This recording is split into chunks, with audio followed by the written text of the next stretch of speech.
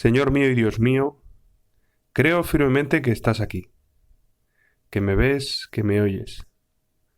Te adoro con profunda reverencia.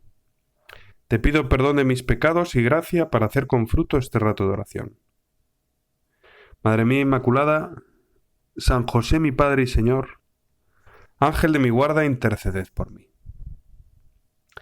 Hay parábolas en el Evangelio que son muy elocuentes, muy ricas de significado, como la del sembrador, que sale a sembrar y cada parte de la semilla cae en un terreno distinto, y cada uno de esos terrenos pues luego tan fácilmente lo aplica el Señor a los corazones donde cae la semilla del Evangelio.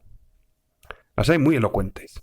Las hay que además de ser elocuentes son encantadoras, como la del buen pastor, que nos recuerda que Dios siempre vendrá a buscarnos, también cuando nos perdamos, cuando acabemos heridos.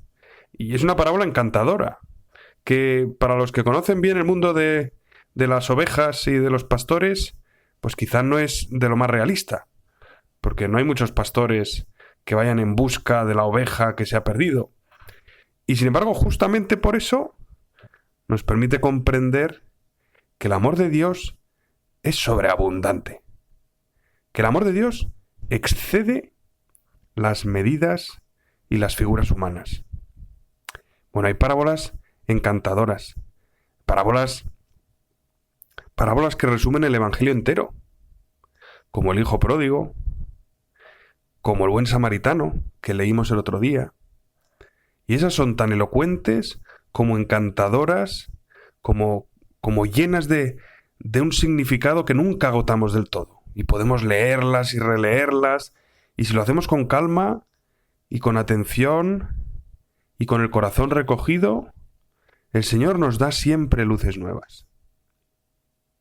Bueno, pues junto a estas parábolas elocuentes y estas parábolas encantadoras, hay algunas imágenes que utiliza el Señor que son un poco chocantes y que uno dice, ¿a qué vendrá esto?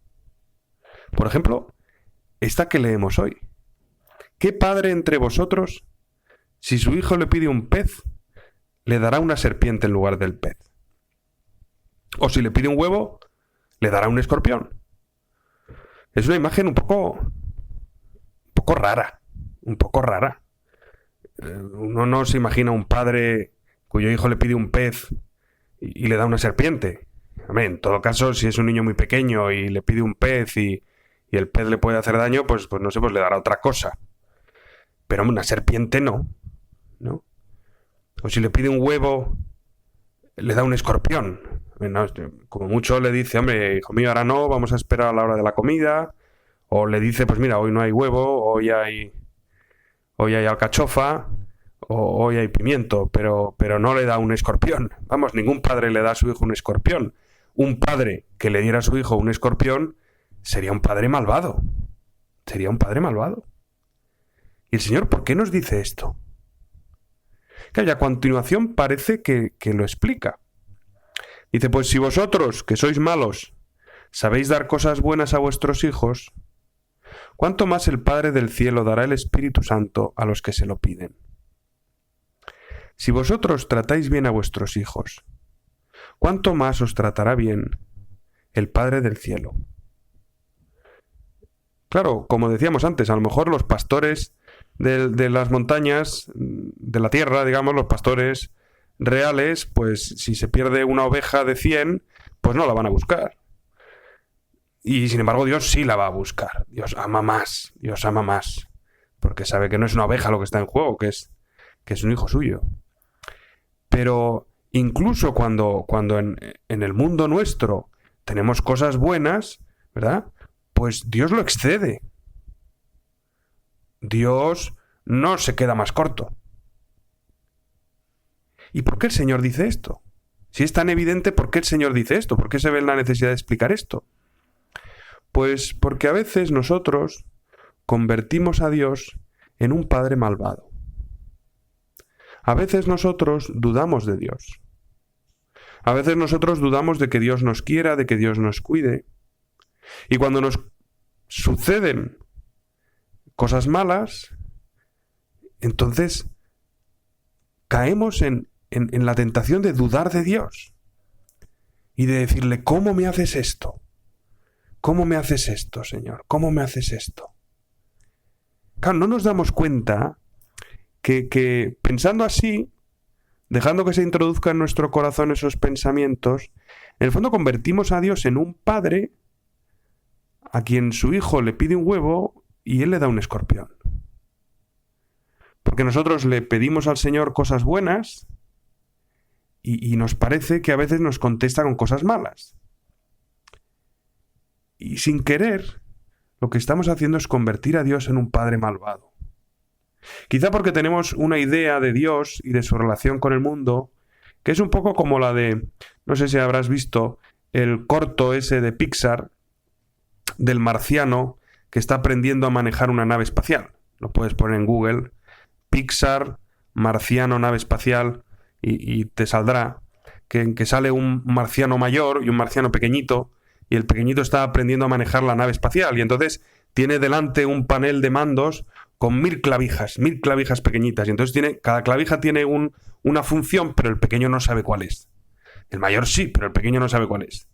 Y el pequeño se pone muy pesado y quiere empezar a manejar, y el mayor le dice, venga, maneja.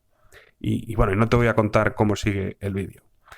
Pero a veces pensamos que Dios es un poco así, que Dios está en el cielo, sea lo que sea que eso signifique, y tiene un panel con miles de clavijas. Y cada clavija es un ser humano. Y Dios se pasa el día tocando las clavijas y haciendo que pasen cosas malas. Y a veces eso nos sobreviene algo malo y lo que decimos es, ¿cómo me haces eso? ¿Por qué me has hecho esto? ¿Qué he hecho yo para que me hagas esto? Como si Dios nos estuviera mandando cosas malas. Y tiene su sentido pensar así, porque creemos que Dios es omnipotente.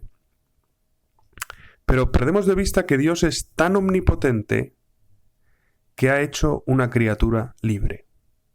Verdaderamente libre. Profundamente libre. Libre hasta las últimas consecuencias. Tanto es así que si tomas la Biblia, los 3 primeros capítulos, no es una lectura muy larga, si tomas los 3 primeros capítulos, verás lo que pasa cuando Dios deja su creación, que era muy buena, vio que era muy buena, la deja en manos de su criatura libre. Y la criatura libre, en lugar de mantener la creación unida a Dios, decide separarla de Dios. Y entonces se siguen una serie de rupturas que acarreamos hasta hoy. Para los cristianos, el mal no lo manda Dios. El mal es fruto de la libertad. La libertad que en su día rompió con la armonía interna del mundo, la libertad que tantas veces sigue generando dolor, sigue provocando males. ¿Y Dios entonces? Ese Dios omnipotente, como decía San José María, ha querido correr el riesgo de la libertad.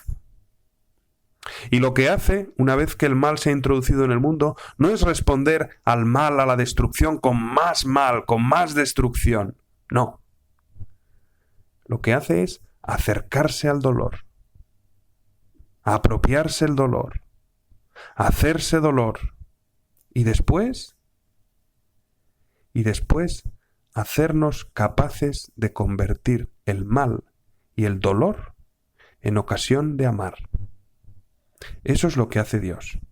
Eso es lo que hizo Dios encarnándose. Cuando el Hijo de Dios se encarnó y afrontó el mal en su forma más burda, que es el castigo de un inocente hasta la muerte, ¿qué hizo? ¿Contrapuso un poder destructor más fuerte? No, perdonó. Y así el mal fue vencido. Y a nosotros nos hace capaces de responder al mal con bien. Responder al mal, primero, con confianza en Dios. Y después, convirtiéndolo en modos de amar. De introducir amor en el mundo, que en cada caso será distinto. En un caso, la confianza en Dios nos llevará a perdonar. En otro caso, la confianza en Dios nos llevará a dejar de pensar en nuestro mal y ver de qué modo podemos querer a quienes tenemos cerca. En otro caso, bueno, hay mil casos. Hay mil casos. Quizá tú tienes un dolor. Quizá tú has sufrido ya en la vida. Y por eso hoy es un buen día para pedirle al Señor, Señor, como dices tú en el Evangelio, concédenos tu Espíritu Santo. Si vosotros, pues, que sois malos, sabéis dar cosas buenas a vuestros hijos, ¿cuánto más el Padre del cielo dará el Espíritu Santo a los que se lo piden? Señor, danos el Espíritu Santo. Danos ese Espíritu que es el amor entre el Padre y el Hijo. Danos ese Espíritu que es el que movió toda la vida de Cristo. Danos ese Espíritu que convierte en amor todo lo que hacemos, que convierte en ocasión de afirmar a los demás, de servir a los demás, de hacer crecer a los demás, porque todo eso significa amor. Hoy es un día para pedírselo al Señor, que nos permita descubrir que Él es siempre Padre y que nos conceda que incluso cuando experimentemos el mal, el dolor, el sufrimiento, la injusticia, sepamos vivirlas como hijos suyos, como hijas suyas, como Jesucristo lo vivió, convirtiendo el mal en ocasión de bien y de amor. Te doy gracias, Dios mío, por los buenos propósitos, afectos e inspiraciones que me has comunicado en esta meditación. Te pido ayuda para ponerlos por obra. Madre mía Inmaculada, San José mi Padre y Señor, Ángel de mi guarda, interceded por mí.